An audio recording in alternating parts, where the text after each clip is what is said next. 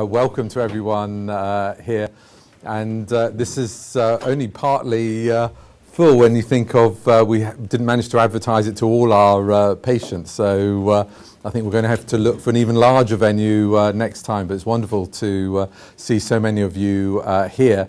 And the aim really is, I guess, for really the patients to own what happens to them at the Royal Free Hospital, to know what's available, to know about the clinical trials, and really a way where you can meet the staff, but also for you to have discussions amongst yourselves, and also say, well, what can we improve about the Royal Free Hospital Neuroendocrine Tumour Unit setup, besides the waiting times in clinic, which we're desperately trying to address. I think I finished seeing the last clinic patient this morning at 3:30 this afternoon. So that was having started what time? 8 o'clock we started with our pre-assessment clinic. So that we know that there are things to improve, but actually to have your input and to have your feedback is going to be really important to us, because if we stand still, you're going backwards, and one's always looking to go forward. What I want to do is really just give a brief overview of neuroendocrine tumours, what we're doing at the Royal Free, highlight some of the management issues, and also just to mention very briefly some of the research areas and the ways that we want to go forward as well. So neuroendocrine tumours actually were first described back in 1907 by a chap called Siegfried Obendorfer. And why he called them carcinoid tumours, and many of you will be aware of this term carcinoid, which is still used in commonality with, often we'll be talking about midgut, hindgut, foregut carcinoid tumours. But Obendorfer described this tumour, which he found at the end of the small intestine. And he called it carcinoid because it said it looked like cancer but didn't act like cancer. It was very slow growing. So hence he used the word oid, carcinoid, rather than it being a cancer.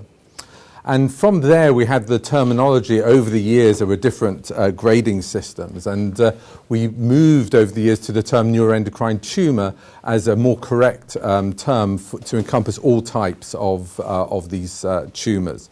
And so they originate in the foregut, which is the lung, the stomach, the pancreas, the midgut, the small intestine, and the colon, and the hindgut, which is the back of the last end of the colon, the rectum, and in the ovaries as well. And the pancreatic neuroendocrine tumours previously were called islet cell tumours. And then we have other types of neuroendocrine tumours, medullary carcinoma of the thyroid, paragangliomas, pheochromocytomas, just to name a few. And within the pancreatic neuroendocrine tumours, many of you will be aware of the non-functioning, but then other types of the vipomas. They make hormones called VIP, gastrinomas, insulinomas, and so on, depending on the chemicals that they make.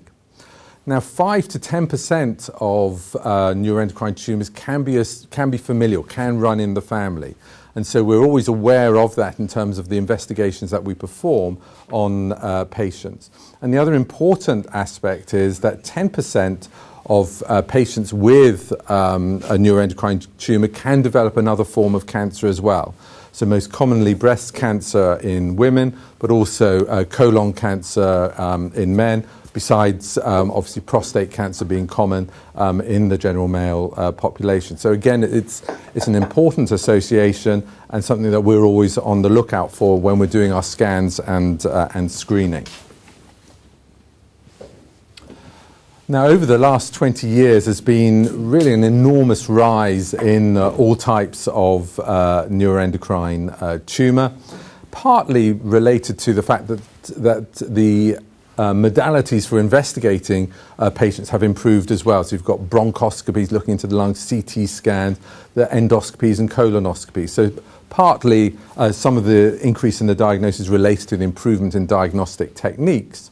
But overall, though, there is a real rise in all types of neuroendocrine tumour. And about 25% of neuroendocrine tumours, the primary site originates in the lung, and the rest there are from the intestine and pancreas usually. Now, it was always said that neuroendocrine tumours are very rare. And if you look, though, in terms of the numbers of new patients per year, yes, that might be the case. In the UK, there may only be 2,000 or so new patients each year. But because these are generally slower growing tumours, then because they're generally slower growing tumours, then the actual number of patients living with a neuroendocrine tumour is really very high. So here, from the American data, it's 35 per 100,000 population, which makes actually neuroendocrine tumour more common than stomach cancer, pancreatic cancer, esophageal cancer, in terms of number of patients alive with a neuroendocrine tumour. So these patients are not, you out here are not so rare as you think. But the problem has been that in the perception of the cancer world, these are rare cancers.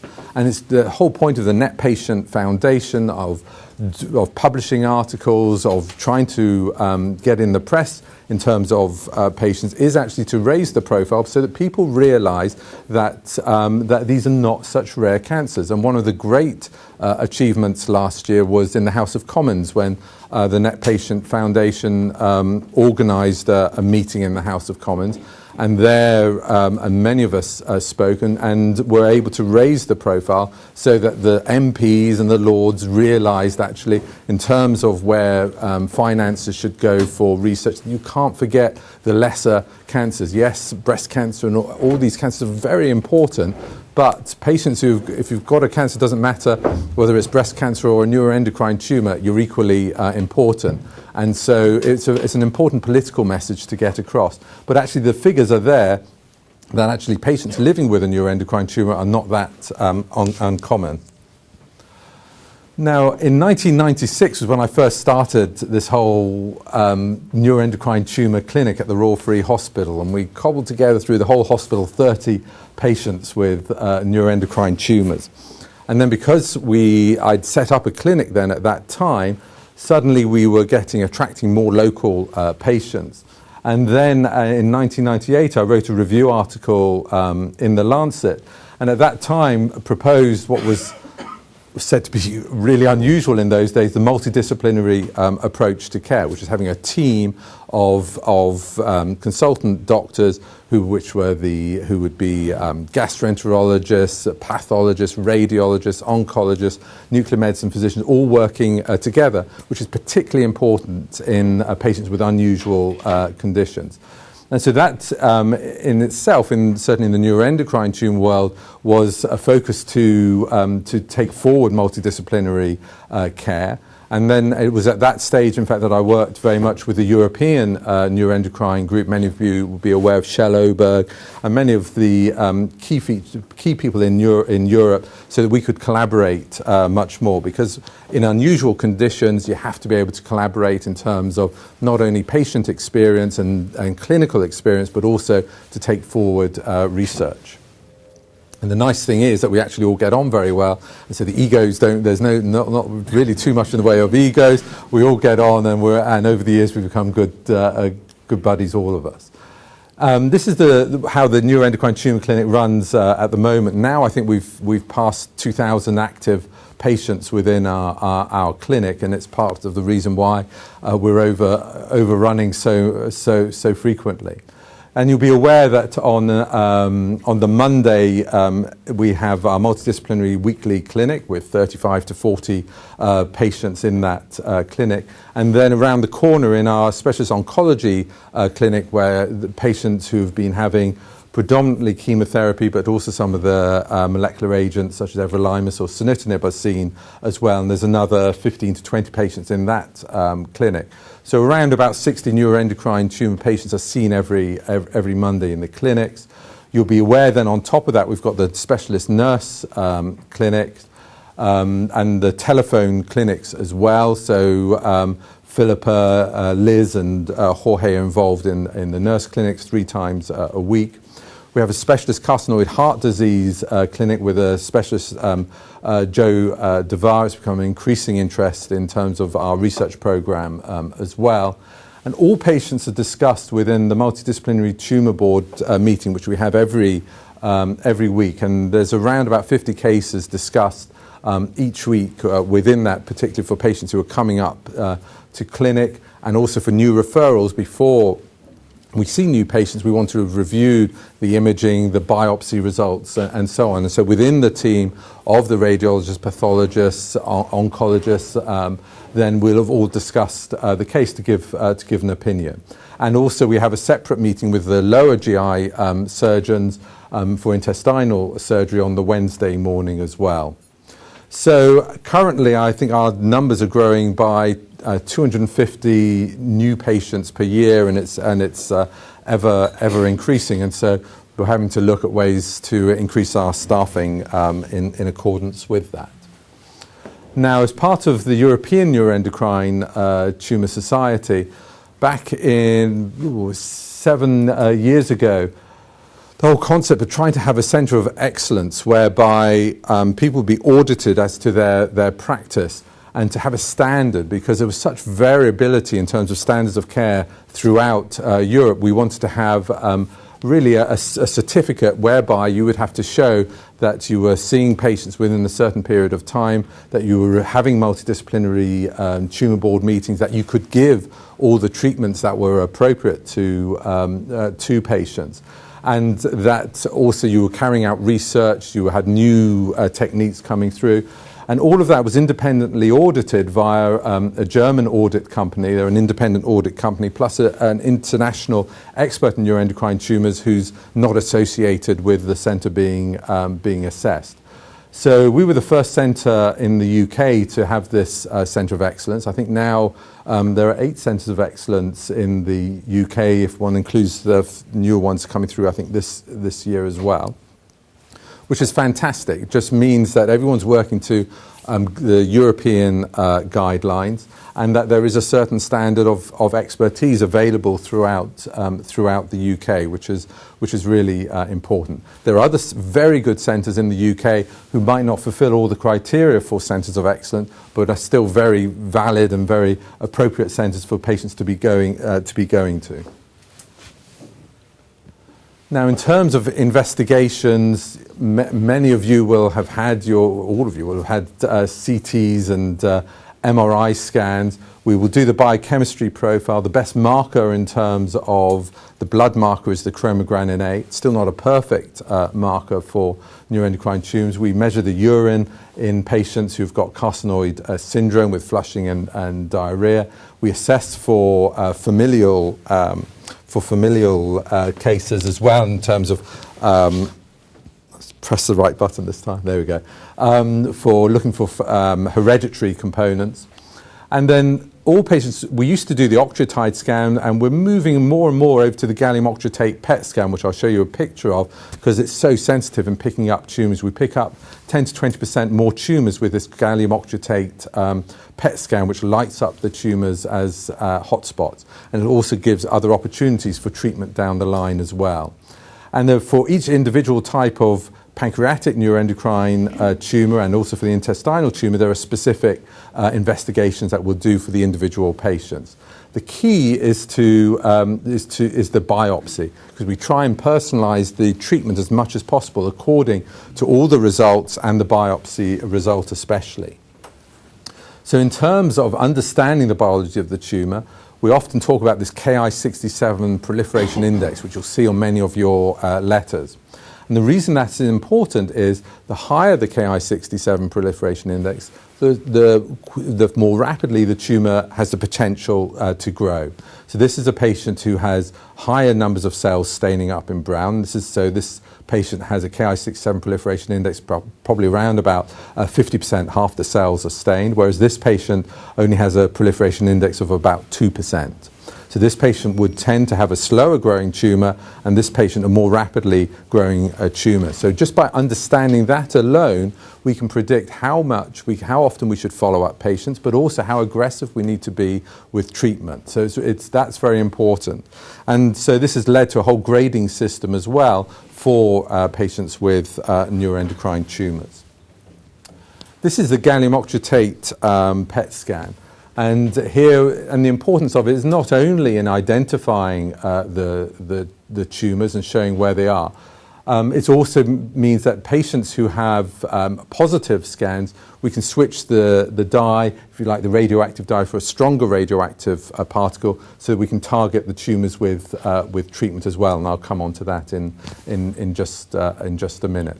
But the importance of it is often we've had patients who have been proposed for liver transplantation. They've said to only have disease in the liver, and one has to exclude any disease outside of the liver, because if you have even a spot outside of the liver, then the recurrence rate is incredibly high, and a very aggressive disease pattern can follow after a transplant as well.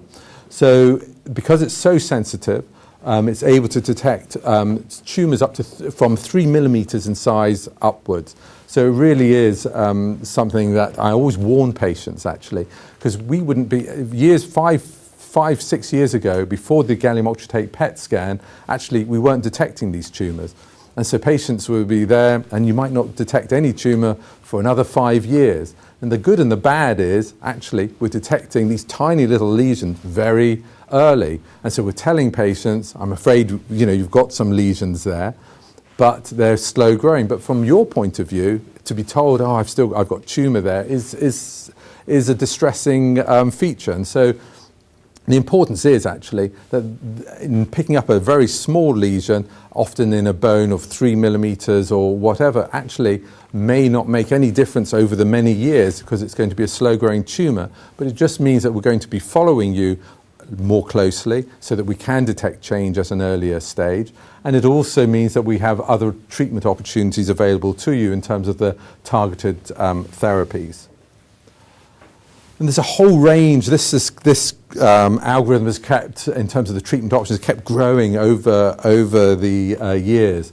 Somatostatin analogues, octreotide and lanreotide, which just used to be used for symptom control, for carcinoid diarrhea and flushing, now in fact has been shown to have anti-tumour effects. And there's a paper coming out in the New England Journal on Wednesday showing the anti-tumour effect of lanreotide for patients with all types of intestinal and pancreatic neuroendocrine tumours.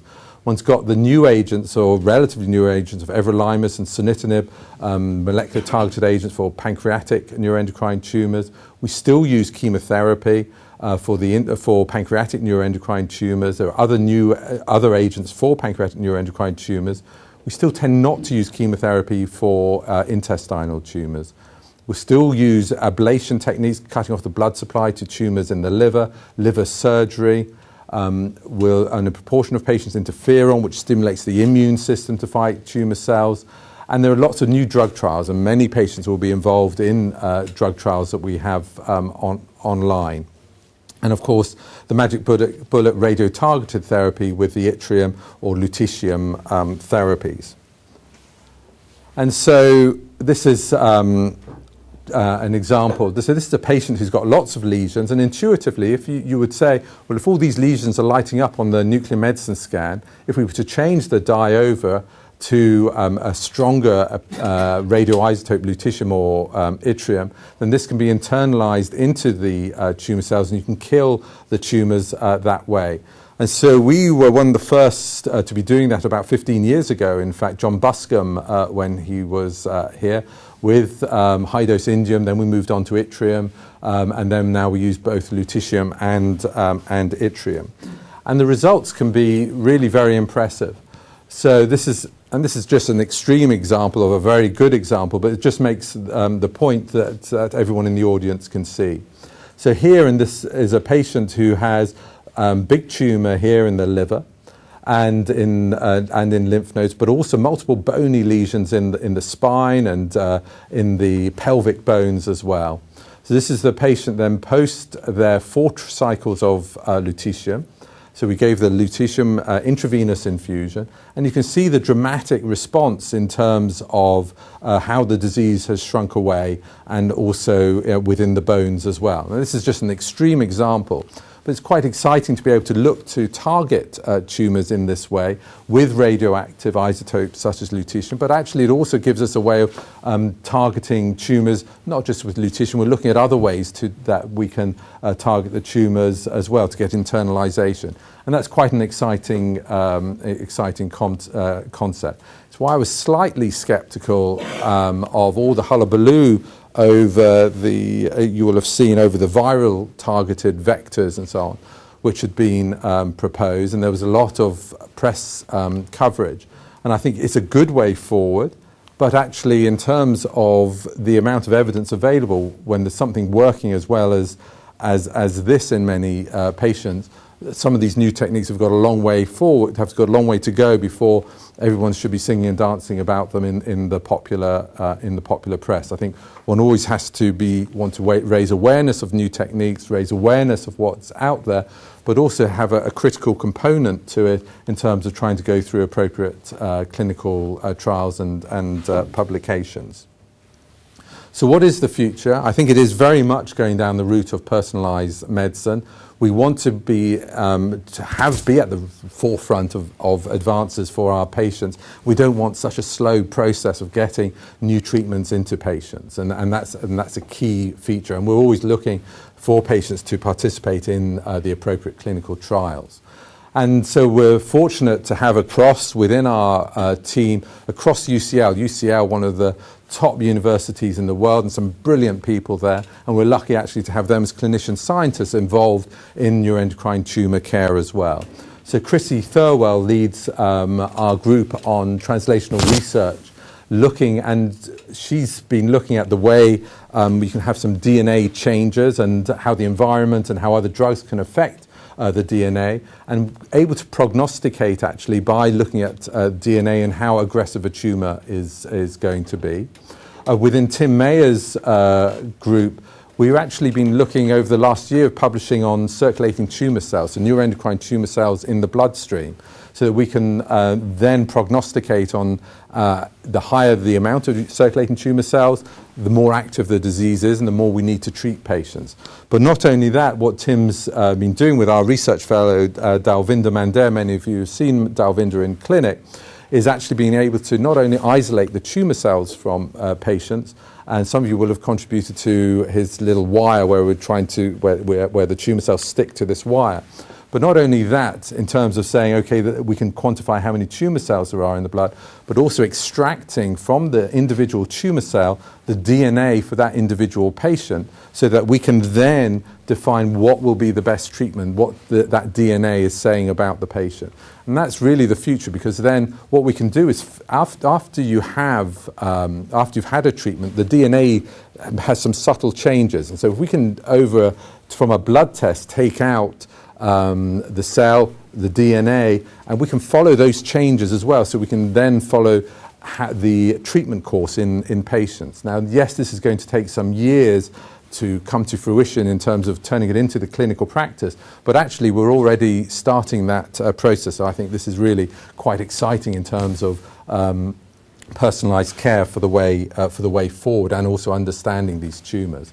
And so at the Royal Free and UCL, across UCL, within our academic neuroendocrine tumour unit, which has been really well supported in terms from the university and had the backing from the hospital, but we've got a broad range of new treatments. And all of them looking at receptors, the somatostatin analogs, the radio-targeted therapies, other proteins, the genomics, the circulating tumour cells. Jorge with his work on psychology. And we've opening up a whole new research program on bronchial carcinoid neuroendocrine tumours. And the other area that I've just had some discussions on is immunology. You'll be aware that in melanoma, we may be aware in melanoma, some of the new immune therapies have proven to be really successful in patients with skin cancer melanoma. And melanomas are a cousin of neuroendocrine tumours. And there are some markers there which makes one feel, in fact, that there's really great opportunities for neuroendocrine tumour patients and targeting the immune system as well. So that's a way that we're going forward. And in fact, we may even within the next 18 months have a clinical trial to consider for one form of immunotherapy for patients with neuroendocrine tumours. So that's all massively exciting. I think many of people in this room have already been fundraising for us through our Trustees Grant 311, which goes into our research program and enabling our clinicians to fund the clinicians, but also actually the basic materials for our research. So we're very grateful for that, because that funding enables this sort of thing to happen. So to conclude, the aim really in terms of our management is to personalise the management of individual patients so that we can understand the biology, patients have the appropriate investigations, we have all these different treatment options, and we want to be able to specifically pick the right treatment option for the right patient at the right time. And also to understand more that we're not just talking about survival benefit, but also an appreciation of quality of life as well, because that's as important, or even more important, is that we want patients to survive, but also with good quality of life. So with that, I just want to thank the whole of the team. I'm sure I've missed off people from the list. It is very much a team effort that's made this the unit here grow. I want to appreciate particularly our nurses who coordinate everything. Jorge, who's been the stimulus for today.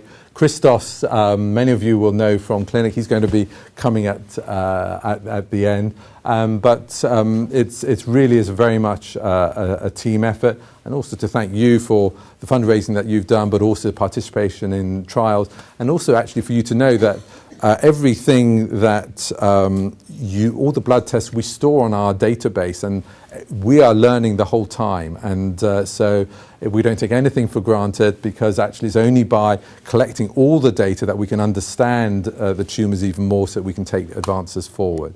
So with that, I will conclude. And Mrs. Edwards at the back, you were right. She says I always speak for too long, and I've done.